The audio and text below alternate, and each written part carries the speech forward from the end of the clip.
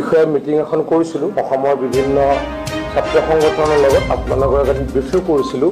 যে এনআৰচিত নাম নথকা আৰু কিছু এনআৰচিত নাম থকা মানুহৰ আধাৰ কাৰ্ড নথকাৰ কাৰণে গভৰ্ণমেণ্টৰ আমাৰ যিবিলাক বেনিফিচিয়াৰী স্কিমছ আছে পাৰ্টিকুলাৰলি চেণ্ট্ৰেল গভৰ্ণমেণ্টৰ তাৰ পৰা মানুহখিনিয়ে অসুবিধাত পৰি আছিলে সেই বেনিফিচিয়াৰী স্কিমবিলাকৰ পৰা লাভৰ পৰা বঞ্চিত হৈ আছিলে তাৰ কাৰণে ষ্টেট গভৰ্ণমেণ্টে আজি সিদ্ধান্ত ল'লে ষ্টেট কেবিনেটে আজি সিদ্ধান্ত ল'লে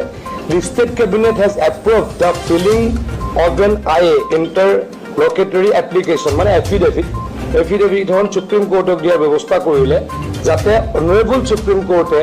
অসমৰ যিখিনি মানুহে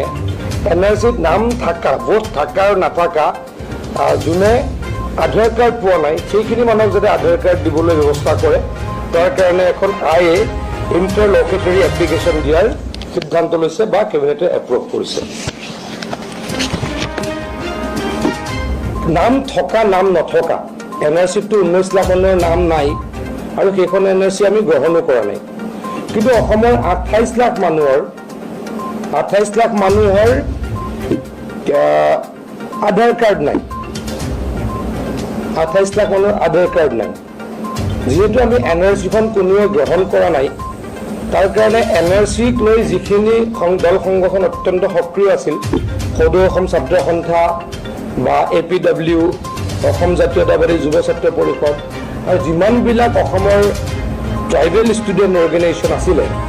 মই আছিলোঁ মিটিংখনত অতুল বৰা ডাঙৰীয়া আছিলে আমাৰ অজন্তা নেওগ আমাৰ যোগেন মোহন ডাঙৰীয়া আছিলে আমি সকলোৱে মাতি আনি তেখেতলোকৰ পৰা মত বিচাৰিছিলোঁ দুটা কথা আছিলে প্ৰথম কথা যে এনআৰচিখন আমি কোনো মানি লোৱা নাই গতিকে এনআৰচিত নাম নথকাৰ কাৰণে আমাৰ যদি কোনোবাই আধাৰ নাপায় তেতিয়া এনআৰচিখন মানি লোৱা হ'ব মই বেলেগ বহলাই ক'লো এনআৰচিখন মানি লোৱা হ'ব তেতিয়া সকলোৱে সিদ্ধান্ত লৈছিল যে হয় আমি এখন যিহেতু এনআৰচি মানি লোৱা নাই গতিকে ইয়াৰ অধীনত কোনোৱে আধাৰ পাব আধাৰ নাপাব সেই কথাটো ইয়াৰ পৰা বিবেচিত হ'ব নালাগে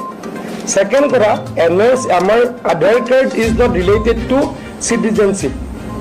আধাৰ কাৰ্ডখন থাকিলেই চিটিজেনশ্বিপৰ ডকুমেণ্ট বুলি এখন পৰিগণিত নহয়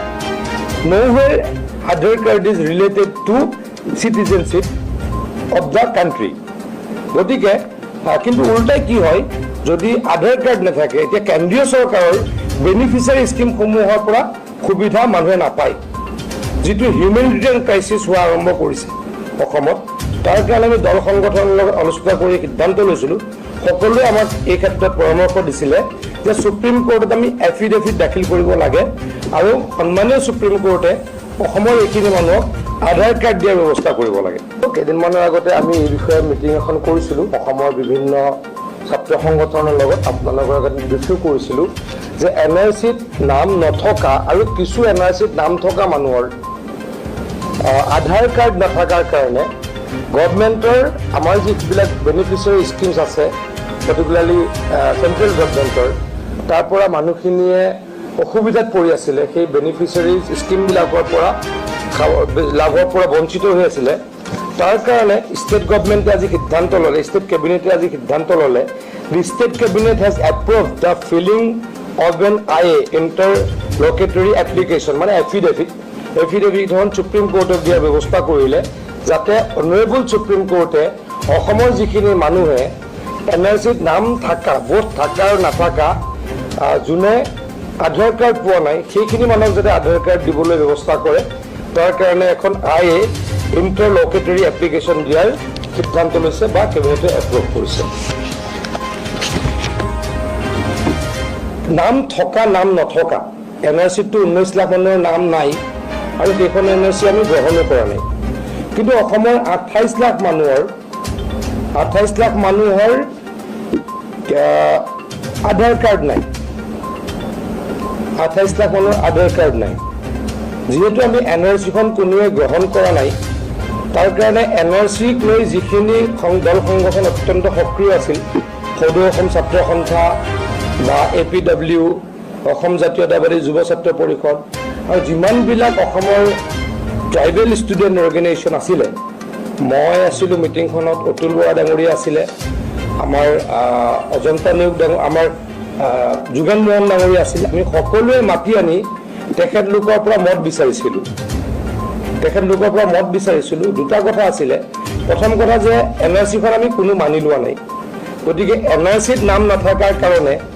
আমাৰ যদি কোনোবাই আধাৰ নাপায় তেতিয়া NRCখন মানি লোৱা হ'ব। মই বোলে বহলাই ক'লোঁ NRCখন মানি লোৱা হ'ব। তেতিয়া সকলোৱে সিদ্ধান্ত লৈছিল যে হয় আমি এখন যিহেতু NRC মানি লোৱা নাই, গতিকে ইয়াৰ অধীনত কোনোৱে আধাৰ পাব আধাৰ নাপাব সেই কথাটো ইয়াৰ পৰা বিবেচিত হ'ব নালাগে। ছেকেণ্ড কথা, আমাৰ Aadhaar card is not related to citizenship. Aadhaar কাৰ্ডখন থাকিলেই চিটিজেনশ্বিপৰ ডকুমেণ্ট বুলি সেইখন পৰিগণিত নহয়। Nowhere Aadhaar card is related to citizenship of the country. গতিকে কিন্তু উল্টাই কি হয়, যদি আধাৰ কাৰ্ড নাথাকে এতিয়া কেন্দ্ৰীয় চৰকাৰৰ বেনিফিচিয়াৰী স্কিমসমূহৰ পৰা সুবিধা মানুহে নাপায়। যিটো হিউমেনিটেৰিয়ান ক্ৰাইচিছ হোৱা আৰম্ভ কৰিছে অসমত, তাৰ কাৰণে আমি দল সংগঠনৰ লগত আলোচনা কৰি সিদ্ধান্ত লৈছিলোঁ। সকলোৱে আমাক এই ক্ষেত্ৰত পৰামৰ্শ দিছিলে যে সুপ্ৰিম কোৰ্টত আমি এফিডেভিট দাখিল কৰিব লাগে আৰু সন্মানীয় সুপ্ৰিম কোৰ্টে অসমৰ এইখিনি মানুহক আধাৰ কাৰ্ড দিয়াৰ ব্যৱস্থা কৰিব লাগে।